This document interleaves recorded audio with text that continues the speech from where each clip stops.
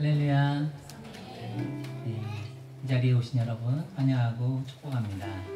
이 시간 우리 마음을 주님께 모으고 이 시간 주님께 집중해서 그 마음을 올려드리고 찬양하는 시간이 되었으면 좋겠습니다. 우리 먼저 나 비록 가진 것 없으나 라는 조금 예전 찬양이긴 한데요, 이 가사가 생각이 나서 같이 한번 고백했으면 좋겠습니다. 우리가 가진 것은 별로 없고 우리 힘만으로 살 수 없지만 우리 주님께서 크신 그 사랑으로 우리의 삶을 인도하여 주실 것을 믿습니다. 같이 고백하겠습니다.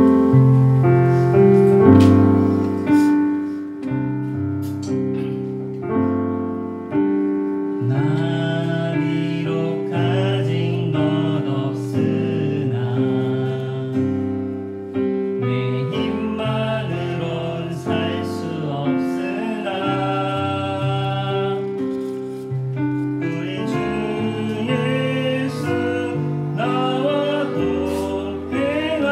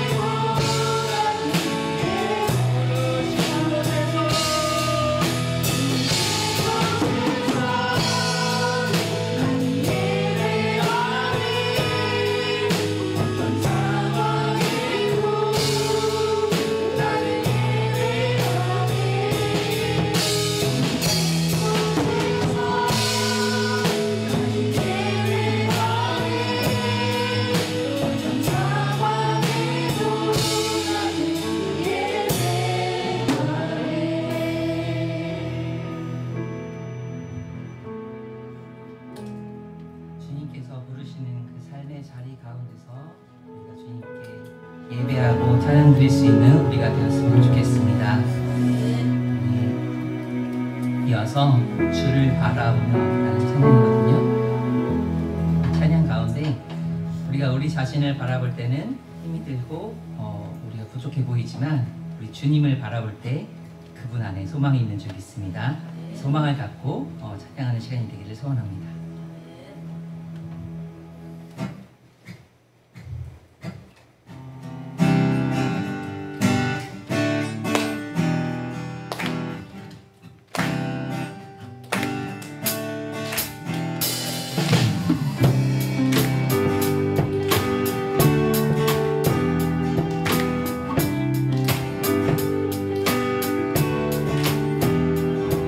나의 시선이 나의 마음이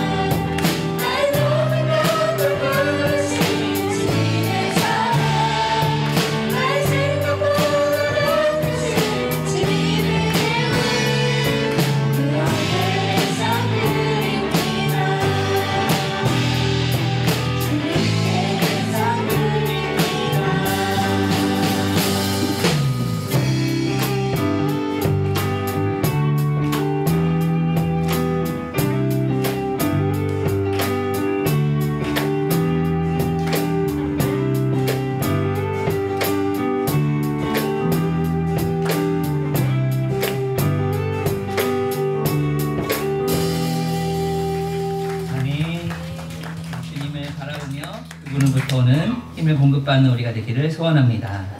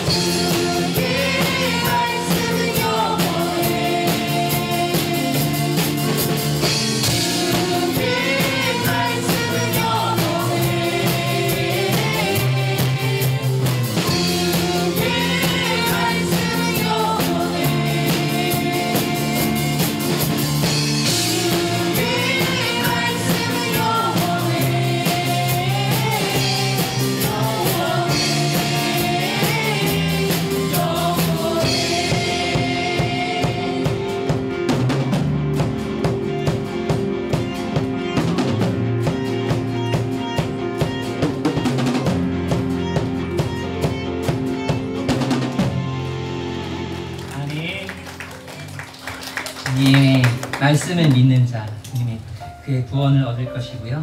주님의 말씀을 행하는 자, 그의 능력을 보게 될 줄을 믿습니다. 우리 그런 말씀을 우리가 잘 지키면서 살고 있는지, 때때로 저도 그 대신마음 때 말씀이나 중간중간 그 목사님들께서 말씀하시는 그 말씀들을 다 지키면서 살고 있는지 돌아보게 됩니다. 그럴 때 우리가 정말 하나님 앞에서 제가 그래도 다 지키지는 혹시 못한다 할지라도 정말 중요한 그 말씀들을 마음에 새기고 지키고자 노력합니다. 오늘도 그 말씀 따라서 살기 원합니다. 이렇게 결단하면서 사시는 여러분이 되기를 소원합니다. 이어서 말씀 앞에서 라는 찬양 같이 찬양하시겠습니다.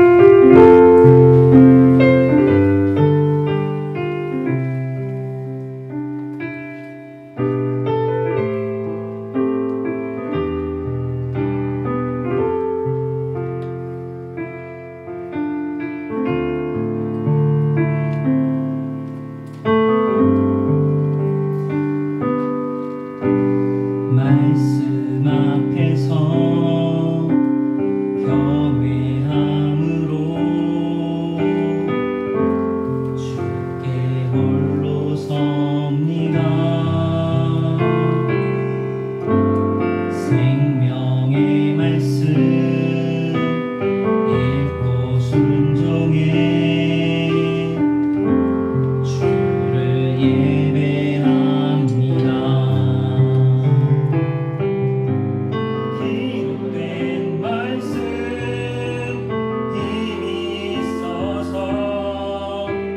진리로 우리 거룩해 하며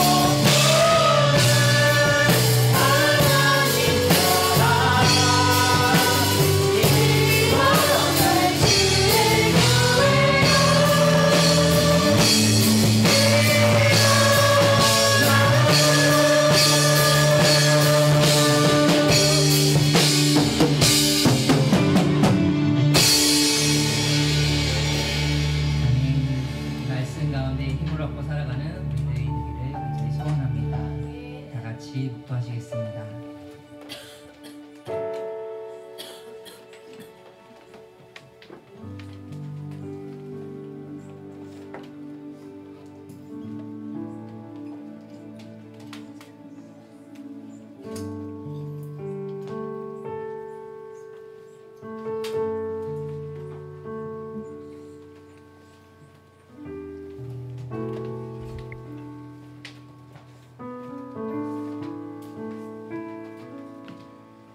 주의 궁정에서의 한 날이 다른 곳에서의 첫날보다 나은즉 악인이 장막에 사는 것보다 내 하나님 성전 문지기로 있는 것이 좋사오니 여호와 하나님은 새요 해요 방패이시니라.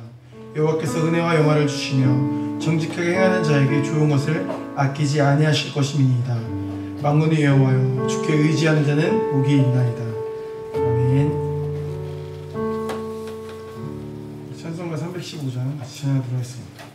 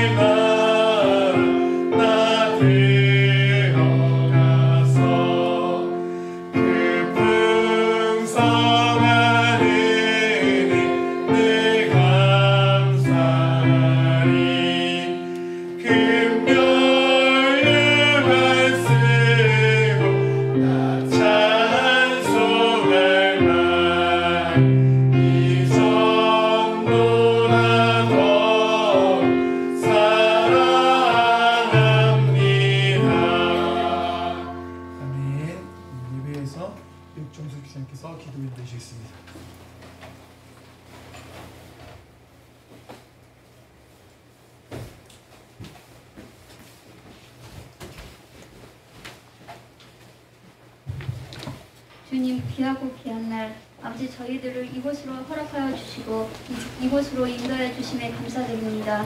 아버지 저희들이 그동안 어떻게 살았는지 저희들이 알지 못하는 죄도 많이 있습니다. 아는 죄도 많이 있습니다. 주님 모든 죄를 사하여 주시고 주님의 말씀에 따라 살아갈 수 있도록 도와주시옵소서. 지금 천사 게임을 하고 있습니다. 저희들이 천사에게나 사람에게나 아버지 항상 함께 기도할 수 있도록 허락하시고 그 기도로 말미암아 기도 제목들이 다 달성될 수 있도록 도와주시옵소서. 그리하여 하나님께 기뻐하는 자들이 될 수 있도록 도와주시옵소서. 아버지 성가대 아버지 작은 무리들이 있습니다. 하지만 하나님께 항상 기쁜 마음으로 찬양을 올리고자 하니 아버지 기쁜 마음으로 찬양과 경배를 드릴 때 하나님이 기뻐 받아주시옵소서. 아버지 목사님 단에 세우셨습니다. 건강으로 성령의 두루마기로 입혀주시고 항상 말씀으로 승리할 수 있도록 저희들에게 좋은 말씀을 주실 수 있도록 그리고 저희들이 그 말씀을 마음판에 새기고 나가시도록 주님께서 함께하여 주시옵소서. 예수님 이름으로 기도드렸사옵나이다. 아멘.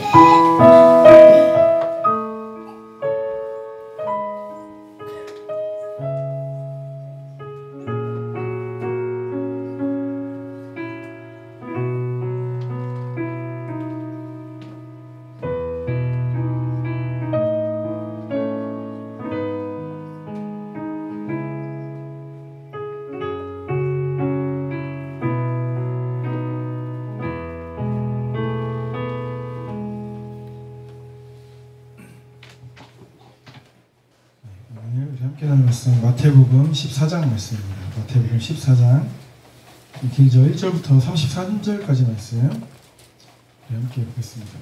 기니까 라인별로 공독할게요. 마태복음 14장입니다.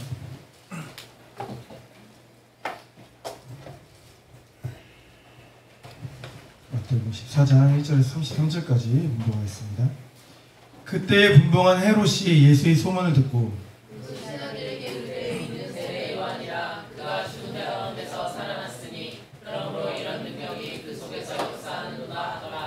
전에 헤롯이 그 동생 빌립의 아내 헤로디아의 일로 요한을 잡아 결박하여 옥에 가두었으니 이는 요한이 헤롯에게 말하되 당신이 그 여자를 차지한 것이 옳지 않다 하였습니다. 헤롯이 요한을 죽이려 하되 우리가 그를 선지자로 여김으로 그를 두려워하더니 마침 헤롯이 생일이 되어 헤로데의 딸이 연석 가운데서 춤을 추어 헤롯을 기쁘게 하니 헤롯이 맹세로 그에게 무엇이든지 달라는 대로 주겠다고 약속하거늘 그가 제 어머니의 시킴을 듣고 이르되 새 요한의 머리를 손안에 얹어 여기서 내게 주소서 하니 왕이 근심하나 자기가 맹세한 것과 그 함께 앉은 사람들 때문에 주라 명하고 사람을 보내어 옥에서 요한의 목을 베어 그 머리를 소반에 얹어서 그 소녀에게 주니 그가 자기 어머니에게로 가져가니라. 요한의 제자들이 와서 시체를 가져다가 장사하고 와서 예수께 아뢰니라. 예수께서 들으시고 배를 타고 떠나사 따로 빈들에 가시니 우리가 듣고 여러 고을로부터 걸어서 따라간지라. 예수께서 나오사 큰 무리를 보시고 불쌍히 여기사 그 중에 있는 병자를 고쳐주시니라. 저녁이 되매 제자들이 나와 이르되 선생님들이요 때도 이미 좀 멀었으니 우리를 보내어 마을에 들어가 먹을 것을 사 먹게 하소서. 예수께서 이르시되 갈 것이 없다. 너희가 먹을 것을 주라. 제자들이 이르되 여기 우리에게 있는 것은 떡 5개와 물고기 2마리뿐이니이다. 이르시되 그것을 내게 가져오라 하시고 우리를 명하여 잔디 위에 앉히시고 떡 5개와 물고기 2마리를 가지사 하늘을 우러러 축사하시고 떡을 떼어 제자들에게 주시매 제자들이 우리에게 주니 다 배불리 먹고 남은 조각을 그 바구니에 싸게 거두었으며 먹은 사람은 여자와 어린이 외에 5,000명이나 되었더라. 예수께서 즉시 제자들을 재촉하사 자기가 무리를 보내는 동안에 배를 타고 앞서 건너편으로 가게 하시고 우리를 보내신 후에 기도하러 따로 산에 올라가시니라. 저물매 거기 혼자 계시더니 배가 이미 육지에서 수리나 떠나서 바람이 거스름으로 물결로 말미암아 고난을 당하더라. 사경에 예수께서 바다 위로 걸어서 제자들에게 오시니 제자들이 그가 바다 위로 걸어오심을 보고 놀라 유령이라 하며 무서워하여 소리 지르거늘 예수께서 즉시 이르시되 안심하라 하니 두려워하지 말라. 베드로가 대답하여 이르되 주여 만일 주님이시거든 나를 명하사 물 위로 오라 하소서 하니 오라 하시니 베드로가 배에서 내려 물 위로 걸어서 예수께로 가되 바람을 보고 무서워 빠져가느니라. 소리질러 이르되 주여 나를 구원하소서 하니 예수께서 즉시 손을 내밀어 그를 붙잡으시며 이르시되 믿음이 작은 자여 왜 의심하였느냐 하시고 내렵게 울음에 바람이 그치는지라. 배에 있는 사람들이 예수께 절하며 이르되 진실로 하나님의 아들이소이다 하더라. 아멘. 네, 오늘 본 말씀 중심으로 이해하지 못하는 순종이라는 제목으로 말씀 나누겠습니다. 약대부터 우리 인사 나눌게요. 네, 반갑습니다. 오예배도 우리 승리합시다. 네, 오예배도 우리 승리합시다. 네, 오늘도 식사를 맛있게 하셔가지고 불안감이 맴도는 이제 그런 오해의 시간이네요. 제가 봐도 너무 쾌적한 느낌이에요. 지금 쾌적한 느낌인데 졸기 전에 설교가 마무리될 수 있도록 해보도록 하겠습니다. 우리가 이제 오후에는 마태복음 계속 하고 있잖아요. 이거를 이제 띄엄띄엄 우리가 하긴 하지만 그 맥락을 끌고 오셔야 돼요. 마태복음. 그러니까 예수님이 이제 뭐 태어나시고 그 앞부분 나오고 나서 처음 설교를 하시고 이제 산상수훈 설교를 통하여서 무엇에 대해서 말씀하셨다고 했죠? 천국 복음에 대해서, 하나님 나라에 대해서. 얘들아, 하나님 나라가 이런 거야. 지금 니네는 막 니네가 생각하는 뭐 우리는 뭐가 필요해요? 어떤 사람이 됐으면 좋겠어요? 어떤 뭐 인생을 살고 싶어요? 뭐 이런 것에, 세상적인 것에 너무나 관심이 있는데, 야, 니네가 사실 관심 가져야 될 건 그게 아니라 하나님의 나라야 라는 것을 이제 길게 설명하시죠. 그 이후부터 쭉 나오는 모든 내용들은 사실 하나님의 나라에 관한 내용들을 이제 예수께서는 전하고 계신다라고 우리가 이해하면 좋아요. 그래서 지난주, 그러니까 지지난주겠죠. 이제 5일 때 설교 때 13장 설교도 사실 하나님 나라에 대한 설교였잖아요. 그런 식으로 계속 마태복음을 관통하는 게 하나님 나라에 대한 메시지다라고 우리가 이해하시면 좋다라는 거죠. 그럼 오늘 우리가 보는 본문 말씀도 세 가지 이야기가 나오는데 본문을 다 읽은 이유가 있어요. 헤롯 왕의 이야기, 그렇죠? 세례요한과 관련된 헤롯 왕의 이야기, 그리고 오병이어 이야기, 그리고 풍랑 속에서 주님을 만나는 이야기가 이제 등장하는 것을 볼 수 있습니다. 그러니까 세 개의 다른 이야기인데 사실은 가만 보면 이 세 개가 다 이어져 있어요. 그러니까 하나의 그런 관점으로 이 세 이야기를 좀 바라볼 수 있어야 된다라고 우리가 볼 수 있습니다. 그래서 이 이야기를 통해서 우리가 쓰는 거 뭐냐면 그 전장에서 이제 하나님 나라에 대해서 설교를 했으니까 이제 하나님 나라를 살아가는 백성들로서 어떻게 살아가야 되는지에 대해서 조금 더 구체화된 내용, 실전편으로서 오늘 14장 내용이 우리에게 제공된다라고 우리가 이해해 볼 수가 있습니다. 그럼 이런 부분을 우리가 근거로 실제로 우리가 하나님 나라 백성으로서 어떻게 살아가야 되는지에 대해서 구체적으로 말씀을 살펴보도록 하겠습니다. 먼저 우리는 하나님 나라 백성으로서 어떻게 살아가야 되냐면 타인을 의식하는 삶을 내려놔야 돼요. 타인을 의식하는 삶을 내려놔야 된다. 한번 볼게요. 이 말을 우리가 다르게 표현하면 본능이 이끈 대로 살면 안 된다. 이렇게도 말할 수 있고 또 다르게 표현하자면 헤롯이 길로 가면 안 된다. 이렇게도 말할 수 있을 것 같아요. 이제 본문에 나온 헤롯은 어떤 인물이에요? 이제 어릴 때 성경을 보면은 헤롯이 많이 나와서 헷갈리죠. 헤롯이 막 약간 뭐 여기도 헤롯 저기도 헤롯 나오잖아요. 우리가 잘 아는 가장 유명한 헤롯은 누구죠? 예수님이 태어났을 때 예수님 죽이라고 했던 헤롯. 그 헤롯은 이제 헤롯 중에서도 제일 훌륭한 선족격이에요. 그래서 헤롯 대왕. 헤롯 대왕인 거죠. 그리고 헤롯 대왕이 이제 막 자녀를 많이 낳았어요. 그래서 여러 헤롯들이 존재하는데 이제 오늘 본문에 나오는 이제 헤롯은 헤롯 안디바라는 헤롯이 이제 분봉왕이라고도 하죠. 그래서 헤롯 안디바가 있고 그리고 이제 그에게도 동생이 있었는데 이제 그 동생이 아내를 이 안디바가 취하죠. 그럼으로 인해서 누구한테 이제 혼나요? 누가 비난하죠? 비판하죠?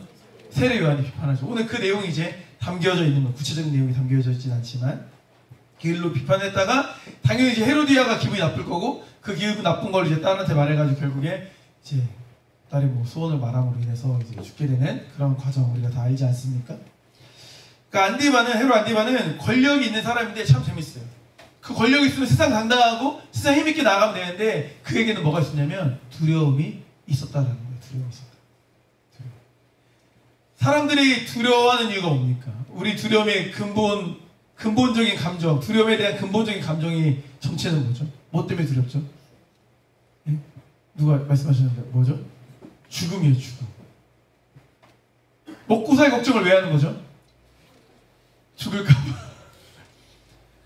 무서운 영화 보면 왜 무섭죠? 죽을까봐. 그죠? 죽을까봐 무서운 거잖아요. 죽을까봐. 그러니까 우리의 두려움은 죽음이라는 게 근본적으로 깔려있다라는 거예요. 그런데 사실 죽음이 무섭지 않은 사람이 제일 무서운 거죠. 상당한 거죠. 그 사람들이 어떤 사람들이에요? 우리 그리스도인. 우리는 죽음이 두렵지 않은 사람들이죠. 왜요? 왜죠? 천국 가니까. 조금 더 다른 표현으로 말하면 죽음을 죽음으로 받아들이지 않는 거예요. 오늘 풍성하네요. 뒷열이 아주 풍성한데 죽음을 죽음으로 받아들이지 않는 거예요. 뭐로 받아들이죠 우리? 죽는 걸 성경에서는 잔다고 표현 많이 하죠. 잔다. 여기 조시는 분들이 죽는 거예요. 죽는 거예요. 그렇죠? 잔다고 표현을 해요. 마태복음 14장 이거보다 이거 먼저 봐야겠다. 찬송가 180장을 보면은 무덤 속에 잠자는 자 그때 다시 일어나. 이게 맞아요. 그렇죠. 잠잔다 이렇게 표현한다는 거 이걸 말하고 싶었어요. 마태복음 14장 1절 2절 말씀 볼게요. 그때 분봉한 헤롯이 예수의 소문을 듣고 그 신하들에게 이르되 이는 세례요한이라 그가 죽은 자 가운데서 살아났으니 그러므로 이러한 능력이 그 속에서 역사한도다 하더라. 지금 어떤 상황입니까? 예수님이라는 인물이 나타나서 많은 기적을 해가니까 저 예수님이 아니라 저거 사실 누구야? 세례요한이야. 요즘 뭐 드라마나 이런 걸 많이 나오죠. 뭐라고 해요 이거를? 뭐 환생이라고도 할 수 있고 뭐 또 뭐 빙의라고 할 수도 있고 그죠? 어떻건 간에 몸뚱아리는 예수님이라는 인물인데 그 안에 있는 영은 누구라는 거예요? 세례요한이라는 거죠. 그렇죠? 왜 그래요? 왜 이렇게 막 세례요한이 멀쩡한 예수님 보고 왜 세례요한이라고 말하면서 왜 두려움에 떨고 있는 거죠? 웃기잖아요. 보세요. 그러니까 이 두려움의 근본 원인은 세례요한이 살아나는 게 두려운 건데 왜 두렵냐는 거 자기가 죽였는데. 죄책감이 있어요. 죄책감. 그러니까 헤롯은 세례요한이 잘못하지 않았다는 것을 누구보다 잘 알고 있었던 거죠. 근데 죽인 거예요. 그러니까 자기가 이제 불편하니까 이제 괜히 막 그런 거 아닌가 그런 거 아닌가 이렇게 휘둘리게 됐다라는 거예요. 사실 말씀을 보면은 헤롯은 원래 요한을 싫어하지 않았어요. 앞에는 뭐 죽이고 싶다 뭐 이런 내용도 나오긴 하는데 사실 그렇지 않아요. 엄밀히 말하면 오히려 세례 요한을 존경했어요. 마가복음 말씀 볼게요. 마가복음 6장 20절 말씀 보니까 헤롯이 요한을 의롭고 거룩한 사람으로 알고 두려워하여 보호하며 또 그의 말을 들을 때 크게 번민을 하면서도 어떻게 들었어요? 곱깝게 들었나요? 달갑게 들었어요. 달갑게 들었다 이렇게 말하고 있습니다. 그러니까 헤롯은 요한이 의롭고 거룩한 사람인 것을 알고 그를 어떻게 했다고요? 보호했대요. 아니 감옥에 넣었는데 뭐 보호입니까? 뭐 드라마에서도 가끔 나오는데 감옥에 넣은 건 보호하려고 감옥에 넣었다 뭐 이런 거 나오잖아요. 그렇죠? 우리가 좋아하는 드라마에 나오죠. 이렇게 보호하는 거예요. 오히려. 왜냐면은 그 헤로디아가 막 죽이려고 하니까 그걸 사실 알고 보호한 거죠. 감옥에 넣었다는 거예요. 그러니까 그게 이제 요한을 잘 생각한 거죠. 그리고 뭐라고 하래요? 그가 하는 말들이 되게 번민하게 만든다는 건 뭐예요? 되게 현실을 직시하게 만들고 되게 불편한 말인 거죠. 너가 잘못하고 있다 이런 얘기를 하는 거예요. 그게 불편해요. 근데 그러면서도 어떻게 들었다고요? 달갑게 들었대요. 그러니까 막 쓴데 부모님이 막 자녀에게 말하는 게 막 듣기 싫고 불편한데 그래도 그래 나 잘 되라고 하는 말이지 라고 달갑게 받는 것처럼 그렇죠? 달갑게 받는 것처럼 그렇게 이제 반응을 했다라는 거예요. 그럼 요한을 굉장히 헤롯은 좋게 본 거예요? 나쁘게 본 거예요? 좋게 본 거죠. 근데 왜 죽여요? 왜 죽였어요? 그렇게 좋게 봤는데 왜 죽였죠? 사람들의 시선을 의식해서 죽인 거예요. 그 내용은 다 아시잖아요. 살로메라는 그 헤로디아의 딸이 춤을 추는데 너무 잘 춰가지고 막 야 너에게 상을 줄 테니까 뭐 뭐든 말하는 거 다 해줄게. 그렇죠? 보통 그러고 말하잖아요. 기분 좋아서 아빠가 김인수 선생님 너무 기분 좋아서 하연이 잘해가지고 기분 좋아서 하연아 말하는 거 아빠가 다 사줄게 이렇게 말하는데 갑자기 집 한 채 사주세요 이런 거랑 비슷한 거지. 전혀 그거 상상도 못했는 해봐야 뭐 과자 사주세요 뭐 옷 사주세요 이걸 기대하고 말했는데 갑자기 사람을 죽여달래. 그러니까 헤롯도 당했겠지 사실은. 그거 상상도 못했겠죠. 근데 그때 이미 많은 사람들 앞에서 그 약속을 한 거고 그걸 번복하기에는 모양이 빠지는 거죠. 우리 부모님도 그런 경험 없어요? 자녀가 약속했는데 그게 자녀가 막 그거를 이렇게 해가지고 성적 오르면 막 뭐 해주겠다고 했는데 그렇게 성적 오를 줄 몰랐는데 갑자기 성적이 올라가지고 당황했던 기억. 이거 해줘야 되나 막 이런 기억. 그런 식으로 이제 현타가 온 거죠. 헤롯이. 보세요. 근데 마태복음 14장 9절 말씀 보세요. 왕이 근심하나 자기가 맹세한 것과 그 함께 앉은 사람들 때문에 주라 명하고 이렇게 말합니다. 근심은 했는데 결국 요한을 죽이라고 했어요. 그 이유가 뭐라고요? 함께 앉은 사람들 때문에 죽이라고 했다는 거예요. 하나님을 두려워야 되는데 누굴 두려워한 거예요? 사람을 두려워한 거죠. 사람의 시선을 의식한 거예요. 결국 요한을 죽인 이유가 뭐냐? 다른 사람들 때문에 죄가 없는데 그냥 죽인 거예요. 상품으로 목숨을, 시장으로 목숨을 건 거예요. 보세요. 우리가 타인을 배려하는 거 굉장히 중요해요. 타인의 마음을 헤아리고 배려하는 거 되게 중요하지만 하지만 타인으로 인해서 내 중심이 흔들리면 안 돼요. 타인으로 인해서 내 신앙의 가치관이, 내 신앙의 기독교적 체계관이 흔들리는 건 안 돼요. 우리 함께 사는 사회인데 어떻게 그래요? 어떻게 그래야 돼요? 그걸 주님께서 요구하시는 거예요. 우리가 그들을 배려하는 것과 그들에게 흔들리는 건 달라요. 그걸 잘 구분하셔야 돼요. 아, 그들하고 너무 배척하고 그들과 척지면 어차피 더 전도 못하는 거 아닙니까? 세상도 품어야죠. 그건 이제 반은 맞고 반은 틀린 말이고, 세상을 품다가 빨려 들어가는 거예요. 지킬 건 지킬 수 있어야 되는 거죠. 결국에 그렇게 신앙적 가치관이 흔들리게 되면은 내 본심과 다른 방향으로 간다니까요. 나는 주일날 안 빠지고 싶은데 빠지게 되고, 나는 절 안 하고 싶은데 절하게 되고, 제사 안 하고 싶은데 제사하게 되고, 이런 식으로 어떻게 돼요? 내 본심과 다른 방향으로 가게 돼요. 근데 그 다른 방향으로 가는 이유가 뭐예요? 난 안 그러고 싶은데 왜 그렇게 가요? 다른 사람들이 나를 어떻게 볼지 몰라서, 다른 사람들이 시선이, 다른 사람들이 나를 이렇게 평가할까봐, 세상 사람들이 이렇게 평가할까봐, 직장 사람들이 나를 이렇게 평가할까봐, 이렇게 우리가 흘러가게 된다는 거예요. 우리 안에 헤롯이 없냐는 거죠. 헤롯과 같은 마음이 우리 안에 없습니까? 하나님 말씀으로 세워져야 되는데 여전히 세상의 소리에 우리가 귀를 기울이고 있지 않습니까? 이거 잘 보셔야 돼요. 헤롯도 그냥 죽이지 않았어요. 근심했어요. 그러니까 고민했다니까요. 괴로워했어요. 하지만 결국의 선택은 뭐예요? 죽이는 걸 선택했잖아요. 이 말은 곧 뭐냐면 헤롯도 요한을 좋아했다니까요. 그를 존경했다니까요. 우리도 주님을 믿고 신앙생활하고 정말 주님을 따르려고 하는 마음이 있어요. 근심의 마음이 있다니까요. 세상 사이에서. 근데 근심은 해요. 세상 가운데서 그리스도를 살려고 근심은 해요. 하지만 결정적인 순간에 우리가 어디를 선택하면 도루묵이에요. 세상을 선택하면 도루묵인 거예요. 근심 중요하죠. 근데 근심의 결과가 세상 쪽이면 결국에 아무 의미가 없는 거죠. 우리가 교회를 다니면서도 결과적으로 세상과 양대를 거치다가도 한쪽 발을 딱 뛸 때 그 발이 어디 발이어야 돼요? 세상 발이어야 되는데 그 순간 교회 발을 떼어버리는 경우가 되면 어떻게 합니까? 전문용어로 세 글자 뭐죠? 도박용어로 뭐죠? 신앙생활 열심히 해서 교회 열심히 다니고 나름대로 근심을 했다니까요. 고민하고 번민하는 말도 많이 들었는데 신앙생활 열심히 했는데 결국에 그래도 세상에서 그냥 이거 맞춰가는 게 맞는 것 같아라고 하는 순간 도루묵이 됩니다. 하나님 나라에 들어갈 수가 없게 된다는 것입니다. 우리는 하나님 나라를 어떻게 해야 돼요? 선택해야 돼요. 잘 보세요. 하나님 나라를 누가 선택하는 거예요? 내가 선택하는 거죠. 할렐루야. 내가 선택하는 거예요. 여기서 잘 보셔야 돼요. 하나님 나라를 내가 선택한다 라고 해서만 그치면 이게 이제 감리교 신앙입니다. 감리교 신앙. 자기 주도권이 아주 강한 신앙이에요. 하지만 우리 장로교는 좀 달라요. 하나님 나라를 내가 선택해요. 근데 내가 선택할 수 있어요? 없어요? 없죠. 누가 도와줘야 돼요? 하나님이 도와줘야 돼요. 믿음을 선물로 주시지 않으면 내가 아무리 이렇게 하려고 해도 그게 마음이 돼요? 안 돼요? 내가 믿으려고 해도 내가 믿고 싶다고 결단한다고 마음이 믿어져요? 안 되죠. 믿어지는 거 믿음을 주셨기 때문에 주시는 거죠. 그러니까 100% 나의 의지처럼 느껴지지만 사실상 하나님이 100% 이끄신 거죠. 그래서 우리가 주님이 하셨다고 믿음으로 고백하는 거예요. 그러니까 이 신앙의 그 원리를 이해 못하는 사람은 너의 의지는 없어? 하나님 다 하시면 너는 아무 꼭두가시야? 아무것도 모르는 이제 소리를 하는 거죠.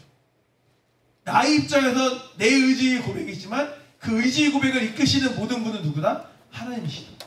이걸 우리가 고백할 수 있어야 되는 것입니다. 그렇지 않으면 지적인 동의할 수 있지만 믿음의 수용까지는 갈 수가 없어요. 그래요. 그렇다고 쳐. 하지만 믿음으로 동의하지 않죠. 믿음으로 수용하지 않죠. 그 단계로 나아갈 수가 없습니다. 그러니까 말씀이 다스리는 인생이 되어야 되는 거예요. 말씀이 다스리는 인생. 오늘도 오전 예배 설교도 그렇고 오늘 찬양들도 그렇고 다 연결이 잘 되더라고요. 오늘 복 받으신 날인 거예요. 이렇게 아주 풀 패키지로 말씀이 잘 연결되는 날이 없습니다. 그렇죠? 할렐루야. 그러니까 오늘 같은 날이 제일 졸린 날인 거예요. 왜? 아주 좋은 예배니까. 오늘 5일까지 성공적으로 들으면 그냥 할렐루야 아멘인 거죠. 우리 양떼 두리 목장 아직 예배 하나 더 남았습니다. 끝이 아니에요, 여러분. 끝이 아닙니다. 네, 그런 거죠. 네, 두 번째로 볼게요. 하나님 나라를 선택하고 말씀의 길을 걸어가면 만사형통이면 너무 좋은데 우리에게 반드시 요구되는 게 있어요. 뭐가 요구될까요? 순종이 요구된다는 거예요. 순종. 헤롯왕 이야기 다음으로 자연스럽게 오병이어 이야기를 연결해요. 그 오병이어 이야기가 독립적으로 떨어져 있지 않아요. 그 맥락으로 같이 볼 수 있어야 됩니다. 마태복음 14장 15절 말씀 볼게요. 저녁이 되매 제자들이 나와서 이르되 이곳은 빈들이요 때도 이미 저물었으니 무리를 보내어 마을에 들어가 먹을 것을 사 먹게 하소서 이렇게 말합니다. 본문에 나오는 이제 저녁, 빈들 이거는 고난을 의미하는 상황이에요. 고난이 상황인 거죠. 저녁이라는 건 곧 뭐예요? 뭐가 되는 거예요? 밤이 되는 거죠. 밤. 어둠이 되는 거죠. 뭐 지금 밤과 그때의 밤은 느낌이 완전히 다를 수밖에 없어요. 왜요? 그때 밤에 불이 있어요, 없어요? 없죠. 뭐 집을 뭐 등불로 좀 비치겠지만 여기가 어디였어요? 위치가 어디였어요? 빈들이었죠. 그러니까 어떠한 불도 존재하지 않는 흑암이 임할 수밖에 없는 그런 상황이었다라는 거죠. 그러니까 그 시간은 절망의 시간이고 무기력한 시간이었다라는 것입니다. 우리 이 용어 들어보셨어요? 퍼펙트 스톰이라는 용어가 있는데 어떤 용어냐면 원래는 이제 바람과 바람이 만나고 그 어떠한 자연 환경 현상이 만남으로 인해서 엄청나게 큰 허리케인이나 태풍이 아니었는데 엄청나게 완벽한 태풍으로 치명적인 태풍으로 발전하는 것을 이제 말한대요. 그래서 이게 자연현상에서도 쓰지만 경제학 용어로도 많이 쓰이더라고요. 뭐 대공황 같은 거 있을 때 여러 가지 그런 어떤 것들이 맞물려가지고 대공황이 일어나는 거잖아요. 그래서 그런 용어로 사용하는 것 같아요. 성경상에서 어떻게 보면 이제 퍼펙트 스톰에 당한 인물로 치자면 누가 떠올라요? 완벽한 고난을 당한 사람 누가 있죠? 완벽한 고난, 성경에서 고난의 대명사 욥이죠. 욥. 그죠? 재산 다 잃어, 자식 다 잃어, 관계 다 잃어, 그죠?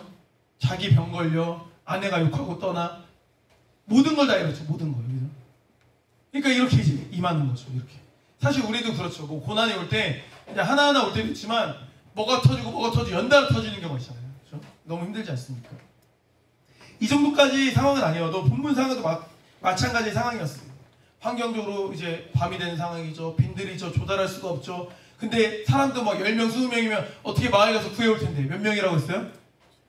여자와 아이를 제외하고 5,000명. 그래서 보통 뭐 추산으로는 최소 2만 명 이상이다 뭐 이렇게 말을 하거든요. 그러니까 그걸 다 추상을 떠나서도 5,000명만 해도 구하기가 어렵죠. 우리 지금 뭐 100명도 안 되는 인원 주일마다 밥해 먹이는 것도 힘든데, 그죠? 음식을 구해서 먹이는 것도 힘든데 5,000명을 빈들에서 어떻게 먹이냐고. 뭐 메뚜기 잡아 먹여도 힘들지 않습니까?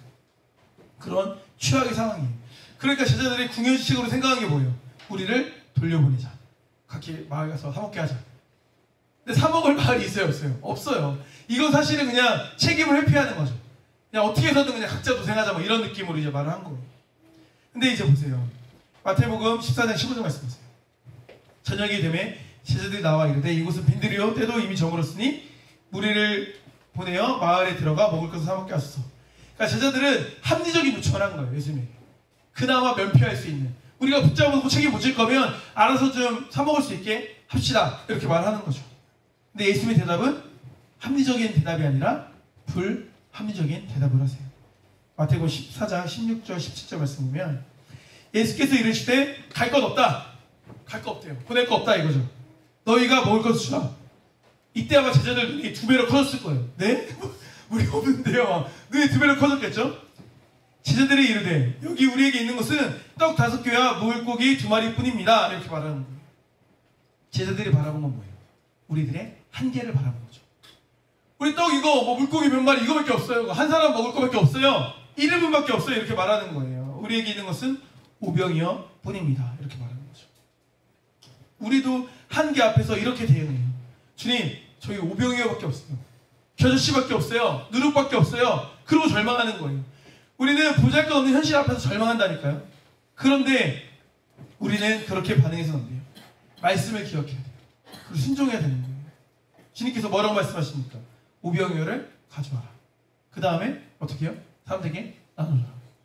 그 다음에 남은 것을 거둬라. 이렇게 말씀하시는 거예요. 오병이어의 이야기를 보면 기적은 순종하고 순종했더니 기적이 일어났다라는 이야기로 정리할 수 있어요. 18절에서 20절 말씀 볼게요. 이르시되 그것을 내게 어떻게 해요? 가져오라. 가져오셨죠.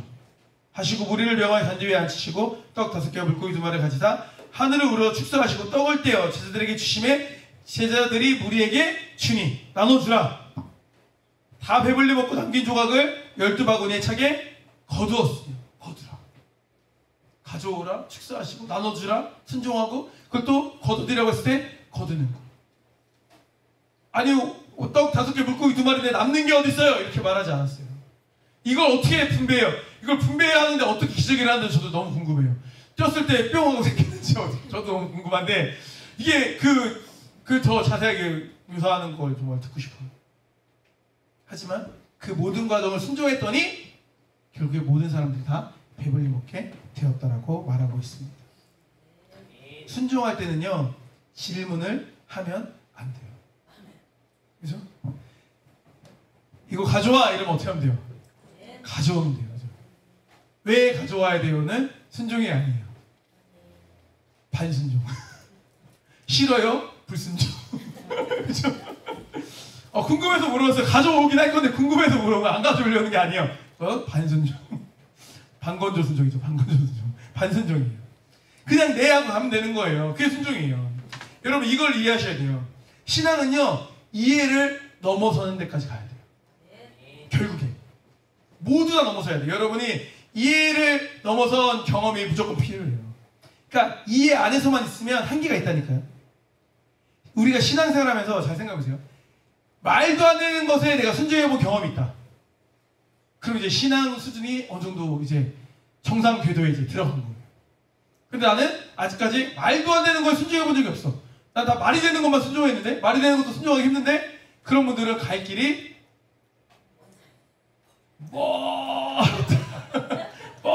멀었어요. 이게 자주 이런 일이 있는 건 아닌데 말도 안 되는 순종. 하나님이 우리 내 형편과 사정을 다 하시는데 이거 맞아? 이런 거. 이거 맞아. 이거 하나님 안 그러실 것 같은데? 하나님인데 왜 굳이 이렇게 하시지? 이런 거. 이걸 자주 하면 우리도 힘들어서 안 되죠. 근데 한 번씩 하세요. 이게 없을 수는 없어요. 이거 없다고 느끼는 분은 이걸 그냥 무시할 거예요. 이런 거에 대한 응답을. 그런데요. 이 말도 안 되는 순종을 하다 보면 뭘 경험하냐면 오병이어를 경험하는 거예요. 말도 안 되는 건 순종이야. 이게 신앙에 올라가는 거예요. 점프하는 거예요. 한 단계 한 단계. 성장해 나가는 거거든요. 우리가 이해의 범주 안에서만 신앙생활을 할 수가 없어요. 성경을 이해의 범주 안에서만 믿을 거예요. 하나님을 그러면 어떻게 믿을 수 있죠? 우리 이해의 범주 안에 정말 하나님이 진짜 믿어지나요? 믿어지는 차원으로 우리가 협의적으로 좁혀가면 온전히 믿어지는 건 굉장히 제한될 거예요. 넓혀야 돼요. 확장시켜야 되는 거예요. 결국에 순종하는 삶을 살게 되면 오병이어의 기적을 맛본 삶을 살게 된다. 그래서 여러분들이 반드시 기억했으면 좋겠습니다. 그래서 본능대로 살지 않고 우리가 세상의 시선 의식하지 않고 순종하는 삶을 사는 게 중요하다는 거예요. 그러면 이제 하나님 나라가 완성되어 가는 거죠. 근데 좋아요. 이렇게 해서 이제 우리가 설교가 끝나면 너무 좋을 텐데 하나가 더 남았어요. 문제가 있어요. 목사님, 전 세상의 시선 의식 안 하고 영향을 받지 않고 신앙생활 잘하고 있어요. 그리고 나름대로 순종의 걸음을 걸어가면서 이해가 안 되는 것도 순종하며 살고 있어요. 그런데도 여전히 왜 이렇게 저희 삶은 힘든가요? 전 너무 여전히 힘든데요? 이렇게 하시는 분이 있을 수 있죠. 우리가 알아야 될 게 순종의 길을 가도 과정 가운데 여전히 뭐가 있어요? 어려움과 고난이 있어요? 없어요? 있다. 그렇죠. 고난 가운데 많이 경험하신 분들이 있어요. 청년들 있대요, 여러분. 살아보니까 집사님들이 많이 있으신 거예요. 그렇죠? 순종을 해도 우리는 여전히 인생의 풍랑을 만나게 된다는 거예요. 그럼 어떡합니까? 이걸 아셔야 돼요. 우리가 옳은 길을 가도 힘들 수 있다. 그때 주님을 믿고 의지해야 된다는 거예요. 보세요. 순종을 했는데 풍랑을 만나는 장면이 나옵니다. 오병이어 사건이 지나고 나서 무리들이 어떻게 했냐면 예수님을 막 왕으로 삼으려고 막 그랬어요. 너무 괜찮다. 드디어 우리가 기다렸던 메시아다 이러면서 막 움직임이 있었어요. 그러니까 이제 예수님께서 불편하니까 빨리 그 자리를 피하시죠. 빨리 떠요. 그래서 마태복음 14장 22절 23절 말씀 보면 예수께서 즉시 제자들을 재촉하사 자기가 무리를 보내는 동안에 배를 타고 앞서 건너편으로 가게 하시고 무리를 보내신 후에 기도하러 따로 산에 올라가시니라. 저물매 거기 혼자 계시더니 이렇게 말하고 있어요. 보세요. 예수께서 즉시 제자들을 어떻게 해요? 재촉하사. 그러니까 빨리빨리 막 지금 여기 있다가는 안 될 것 같으니까 빨리 제자들을 보내신 거예요. 배를 태워서. 그래서 예수님이 이제 기도하러 가셨다 이렇게 말하고 있는 거죠. 그럼 보세요. 배를 타고 배를 태워서 보낸 분이 누구예요? 예수님이죠. 그 예수님이 배를 타고 가라고 했을 때 그 예수님이 말에 순종한 건 제자들이죠. 그럼 예수님 말에 철저히 순종한 제자들은 앞길이 형통해야죠. 문제가 있으면 돼야 안 돼요? 안 되죠. 주님이 빨리 가라고 해서 간 건데, 나 주님이랑 같이 천천히 있다고 오고 싶었는데 빨리 가라고 해서 간 건데 문제가 있으면 돼야 안 돼요? 안 되는 거잖아요. 그런데 뭘 만나요? 풍랑을 만나는 거예요. 아이고 뭐야, 왜 풍랑을 만나지? 고난이 또 찾아와요. 근데 우리가 기억해야 돼요. 주님과 함께하는 고난은 기회입니다. 기회예요. 아니, 진짜예요. 이게 그냥 말장난이 아니라 정말 주님과 함께하는 고난은 오히려 지나고 나니까 기회가 된다니까요. 담임 목사님이 좋아하셨던 그 단어 있잖아요. 네 글자. 좋아하시는 단어. 요즘엔 잘 안 쓰시지만 한동안 막 몇 년간 쓰셨던 단어 있는데 네 글자.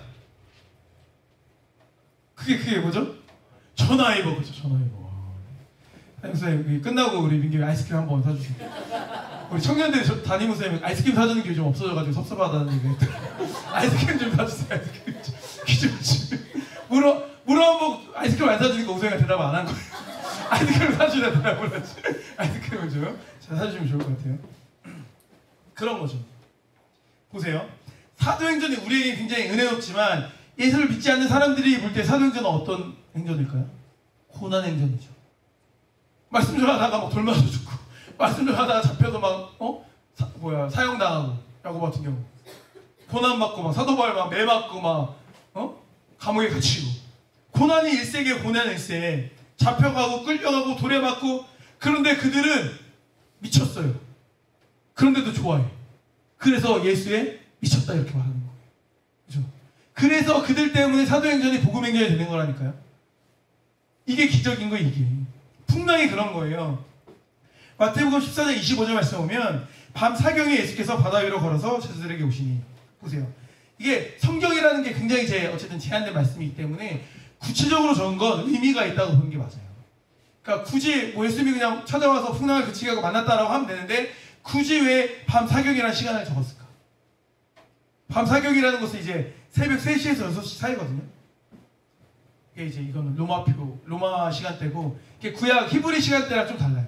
그래서 히브리 시간대는 뭐 1, 2, 3경으로 하나, 그리고 이거는 1, 2, 3, 4경까지 나누는데 아무튼 새벽 3시에서 6시 사이인 거예요.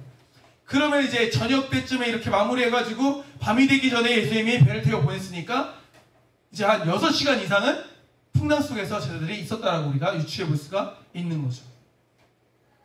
그럼 6시간이면 그래도 뭐 있을 만한 거 아닌가 생각할지 모르겠지만 그 막 풍랑 속에서 죽음의 위협을 느끼는 순간이 6시간이라고 생각하셔야 돼요. 배를 우리가 그렇게 안 타서 느끼면 안 올 줄 알고 저는 생각한 게 있어요. 바이킹을 6시간 동안 탄다고 생각해보세요. T-익스프레스를 6시간 동안 안 쉬어 계속 무한반복, 떨어지고 반복을 6시간 탔다고 생각해보세요.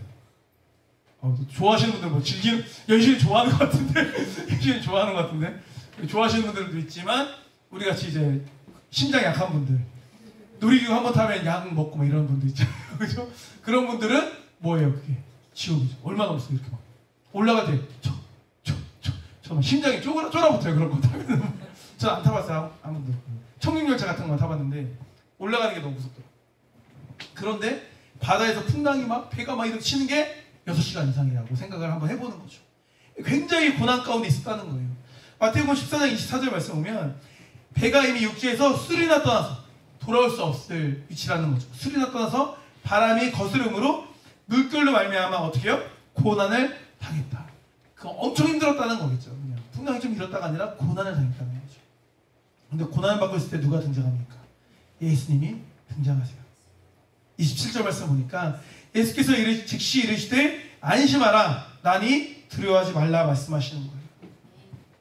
두려워하지 말라고 말씀하시는 거예요. 우리는 이 예수님을 만나야 돼요. 그렇죠? 여기서 나니 두려워하지 말라, 이것은 모세에게 말씀하신 거랑 똑같아요. 스스로를 증명하시는 거죠. 그죠? 내가 전능한 하나님이다. 내가 너희와 함께하니까 안심해, 이렇게 말씀하고 계시는 거예요. 이 풍랑이 잠잠해지는 경험을 우리가 신앙생활하면서 할 수 있어야 됩니다. 이때의 경험과 체험을 통해서 그들의 신앙이 견고해지는 거예요. 고난이 있다고 해도 예수님의 음성을 듣고 흔들리지 않을 수 있어야 돼요. 마태복음 14장 31절 말씀 보니까 예수께서 즉시 손을 내밀어 그를 붙잡으시며 이르시되 믿음이 작은 자야 왜 의심하였느냐 하시고 이렇게 말씀하세요. 이 장면은 뭐냐면 예수님이 오시는 걸 보고 누가 막 같이 무리를 걷고자 소원했어요. 베드로죠. 주님 저도 막 걷고 싶어요. 그래갖고 이제 오라고 해가지고 막 바다를 이제 걸었죠. 근데 갑자기 막 이제 두려움이 밀려와서 바다에 빠지죠. 그 장면이 이제 예수님이 장면이에요. 예수께서 그에게 손을 내밀어서 그를 붙잡으시며 일으키세요. 그러면서 뭐라고 말씀하세요? 이걸 잘 보셔야 돼요. 이르시되 믿음이 작은 자요 왜 의심하였느냐 이렇게 말씀하세요. 의심이 뭡니까? 의심은 마음이 나눠지는 거예요. 믿었는데 안 믿는 마음에 들어오면 마음이 나눠지는 거잖아요. 의심은 이제 완전히 믿는 거. 완전히 믿을 수 있는 우리가 되어야 됩니다. 마음이 나눠지면 안 돼요. 마음이 하나가 되어야 됩니다. 순종을 해도 우리는 풍랑을 만날 수 있어요. 하나님 말씀대로 순종했는데 상황이 안 좋아질 수 있습니다. 그때도 여전히 우리는 주님을 바라볼 수 있어야 돼요. 의심하지 않고 나눠지지 않는 마음으로 주님을 바라보는 것이 중요합니다. 그리고요, 그 이후에 올 은혜를 대비할 수 있어야 돼요. 고난은 꼭 선물하고 같이 오더라고요. 고난은. 애굽에서도 막 고난이 있었잖아요. 애굽에서 고난이 있고 그 출애굽 과정에서 얼마나 큰 고난과 역경이 있었습니까? 근데 그 이후에 가나안이라는 축복 상이 있었고 그 이후에 홍해의 대기적이라는 그 뭔가 엄청난 상. 제가 볼 때 나중에 천국 가가지고 이제 자랑 퍼레이드가 있지 않겠습니까? 난 이것까지 경험했어 뭐 이런 거 자랑. 제가 볼 때 가장 강력한 자랑은 예수님과 공생의 시대를 같이 살았던 사람들이 이제 제일 목에 힘주고 다녔을 것 같고 제가 볼 때 천국에 가면 그 외로 치자면 제가 볼 때는 뭐 홍해 기적을 경험했던 이스라엘 백성들이 약간 고기가 뻣뻣하지 않을까. 야 니네 바다 그거 야 얼마나 우리가 짜릿했는데 뭐 이런 거 막 맨날 얘기하지 않을까요? 그죠? 엄청난 사건을 경험하게 된 것이죠. 천국은 말씀이 다스리시는 곳이에요. 네, 그런 하나님 나라를 방해하는 것이 있는데 그게 바로 헤롯의 길입니다. 세상을 의식하는 거 우리가 자유롭기 어려워요. 자유로워야 돼요. 그걸 거기에서 얼만큼 우리가 자유로울 수 있느냐가 우리 신앙을 이제 판가름해요. 진짜예요, 여러분. 직장 생활 할수록 이게 더 심합니다. 학교 생활도 심한데 직장 생활에 비할 바가 아니에요. 학교 생활은 주도성이 나한테 있어요. 직장으로 들어가는 순간 나는 뭐 을도 아니죠. 가불병 정정도 되는 거죠. 을도 아니야. 직장 들어가면 피렘이죠. 피렘이 사실. 그 거대한 그 직장이라는 그 세력 앞에 내가 너무 보잘것없기 때문에 그들이 그런 세상적인 가치관을 내가 이겨내는 게 너무 힘들어요. 그걸 이겨낼 수 있어야 됩니다. 세상 가운데 거하지만 세상에 동화되지 않을 수 있어야 돼요. 순종의 길을 걸어갈 때 하나님의 나라가 완성됩니다. 순종하고 순종하면 말씀이 다스리는 인생이 되는 거예요. 하지만 그렇게 순종해도 어려움이 있을 수 있습니다. 순종을 해도 인생의 풍랑을 다 피할 수 없어요. 하지만 그 가운데 어떻게 해요? 의심하지 않고 주를 믿고 동행하면 승리합니다. 그렇게 한 고비를 넘어서고 나면 또 다른 상급을 또 다른 한 단계 점프한 하나님의 은혜를 우리가 경험하게 될 줄 믿습니다. 우리는 이 사실을 잊지 말아야 돼요. 고난은 뭐라고요? 결국 기회다. 내 믿음을 성장시킬 수 있는 기회다. 계단 같아요, 계단. 플랫 하잖아요. 이렇게 가다가 엄청난 고난이죠. 한 계단 하나 오르는 게. 저 조사님 맨날 그 고난의 계단을 올라가지 않습니까? 근데 이 고난의 계단 올라가면 그만큼 성장하는 거예요. 평탄하게 가다가 엄청난 절벽 있잖아요. 우리가 약간 예전에 그런 영화 있잖아요. 개미로 변하고 막 이런 영화. 우리가 몸이 크지만 몸이 작아진다고 생각해봐요. 그럼 계단이 평평하게 잘 가다가 엄청난 절벽을 마주하는 거 아닙니까? 근데 그걸 넘어서면은 그 다음으로 우리가 넘어서게 되는 거예요. 그런 마음가짐으로 우리가 나아갈 수 있어야 됩니다. 그 기회를 잘 살릴 수 있는 우리 사랑교회 성도님 되시기를 주님으로 축복합니다. 기도하시겠습니다. 아버지 하나님 감사드립니다. 오늘 마태복음 말씀을 가지고 오늘 나눴습니다. 하나님 나라를 살아갈 때, 하나님 나라를 완성시켜 나아갈 때 방해되는 요소가 있습니다. 그 방해되는 요소는 세상을 신경 쓰는 겁니다. 세상을 의식하는 것입니다. 세상을 의식하다 보면은 내 말씀을 통한 나의 가치관이 하나님의 말씀을 통한 나의 그런 기준이 무너지게 되는 경우들이 많이 있음을 고백합니다. 오늘 말씀을 기억함으로 인하여서 어리석게 해롭과 같은 길을 걸어가지 않는 우리가 될 수 있도록 인도하여 주셔서, 또한 주님의 말씀 앞에 순종하고 순종함으로 반응했더니 오병이어 기적을 경험했던 것을 보았습니다. 우리 삶에도 불순종이 아니라 순종이 가득한 삶이 될 수 있도록 주여 인도하여 주시옵소서.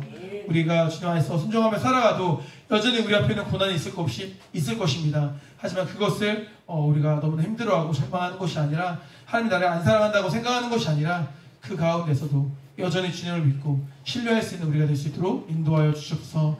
주님과 함께하는 고난은 그냥 고난이 아닌 기회임을 기억하는 우리가 될 수 있도록 주여 인도하여 주셔서 감사드립니다. 사랑하는 예수 그리스도의 이름으로 기도드립니다. 아멘. 아까 설교 전에 아까 밑에서 정리하다가 이제 이 찬양을 나누면 좋겠다는 마음이 와가지고, 좀 다 낯선 곡이거든요. 근데 이제 저도 낯설고 싱어분들도 낯설고 우리 모두가 다 낯선 곡인데, 가사의 은혜를 받으시는 시간 되었으면 좋겠습니다. 우리 같이 고백하도록 할게요.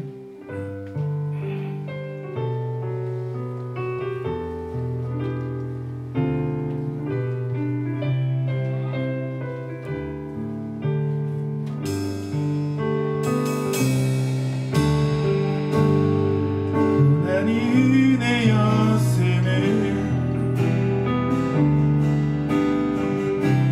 환난이 소망이었음을,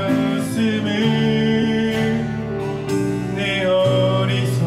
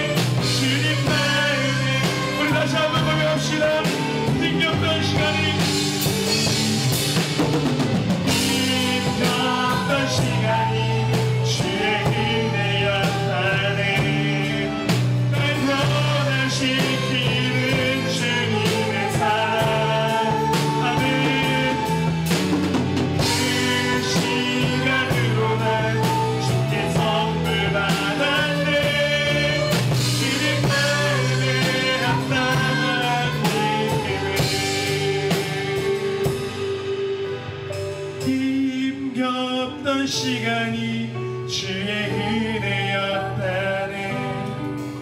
날 변화시키는 주님의 사랑,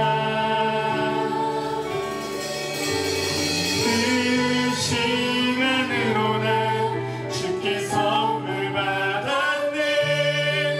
주님 마음에 없다는 믿음을.